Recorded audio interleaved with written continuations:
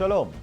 Last time we spoke about the Iranians' resilience. Despite heavy military losses, Iran forced a favorable agreement through strict unity, aggressive regional disruption, disregard for international law, high resilience to casualties, and deep religious devotion.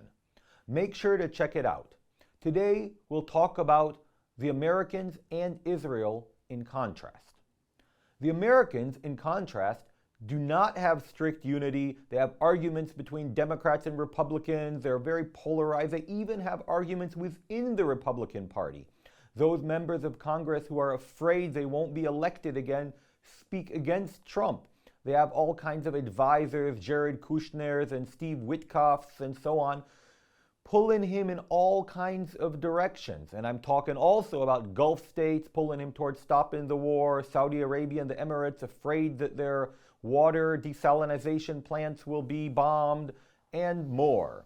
One morning he tweets this way, another day he tweets something else. You don't know what's happening. It's chaos and confusion. And speaking of collateral harm, the Iranians have a willingness to attack anyone around them to cause fear, chaos, and raise oil prices. The Americans do not harm random, unrelated other parties. There's no such thing. International law serves as a guiding light for the Americans.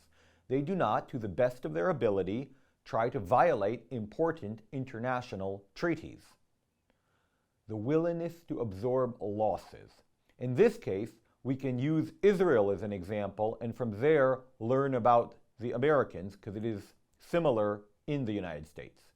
Look at the mourning here over every soldier, and even more so if it is a female soldier who falls or is wounded. It's terrible, but the meaning is that from our perspective, the capacity to absorb losses is smaller. Now, I have to stipulate, I do not envy the Iranians. I do not want to be an Iranian. I want to live in a country like Iran, but our capacity for loss, or that of Western societies, whose purpose is to decrease the suffering and maximize the happiness of its citizens, is diminished due to not being capable of living with these losses. Just look at the tragedy we have almost every day when a soldier is killed by a drone from Hezbollah. It's awful. And the feeling that it is not as awful in Iran, the Iranian feeling that losses are not as awful, is a component of strength for them. And it is a component of weakness in Western societies. We must admit this. You don't have to like it, but it's the truth. Onward to the religious component. With us, if the Holy One, blessed be He, is on the field at all, he's barely a bench player, if he's even on the field. With the Iranians, he is their main player, if not the only player on the field, and this makes a very big difference. Recently, there was a scandal here in Israel where a soldier wore a patch of the Mashiach, the Messiah. It's a well-known, popular patch worn by religious soldiers. It indicates their religious fervor. And the army put him in prison. This is how they suppress the religious component in the motivation of soldiers and society in general. They're repressing the faith and the religion of soldiers in the West. Might be good for discipline, but it sure hurts their morale on the battlefield and their willingness to fight. Now, again, I don't want to be in Iran under the dictatorship that doesn't care about others and doesn't care about international law and doesn't care about their losses. I mean, just look. Who knows how many tens of thousands of their own people they slaughtered back in January when there were protests in the streets. But the Basij mowed them down in a terrible way. But this is a component of power. I don't justify it, but from the perspective of the outside looking at Iran, it is a component of strength because now, during the war, people did not break out in protests in the streets because of what happened in January. People are afraid, with good reason.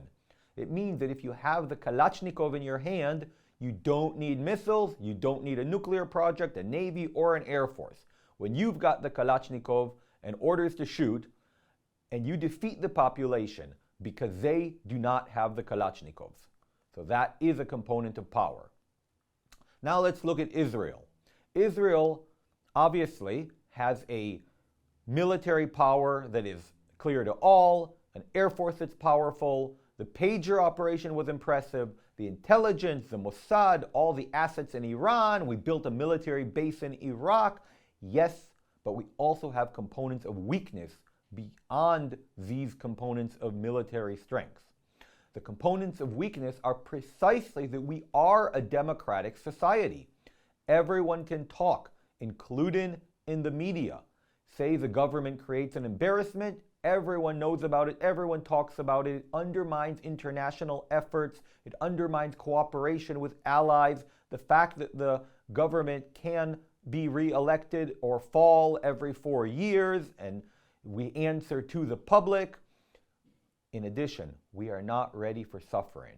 We are not ready to bear losses because that is who we are. We are a Jewish people that went through the destruction of millions in the Holocaust, and every single person is important for the existence of the Jewish people and the existence of the family and all that. And we make a big deal out of every funeral, and rightly so. Also, we do not fight a religious war. I mean, what are we? Jihadists? Look what they just did now to the guy with the patch, or what they did in 2014 to General Ofer Winter, who was the Givati commander, and he issued a daily order with some religious touches. They crucified him in the Israeli media. We are not ready to be religious fighters, and therefore these are components of weakness. Our mercy for every single person, the international law by which we limit ourselves. We do not harm others. We try to prevent collateral damage and environmental damage. We do not harm those who are uninvolved. All of this are components of weakness. Even though there are all kinds of jokers among us who claim that these are components of strength, not in the Middle East. In the Middle East, all these things are components of weakness. And true, the Air Force and the intelligence and the Mossad, beautiful. I have hardly one bad thing to say about them that doesn't relate to politics. It's a pleasure to see them in action. But when the home front and the other components of power are weak, then the overall picture of the state of Israel is much weaker than we think or what we want. Our high-tech military and intelligence are unmatched, but the Middle East plays by different rules. In this region, Western democratic values can be twisted into strategic weaknesses. So how do we bridge this gap?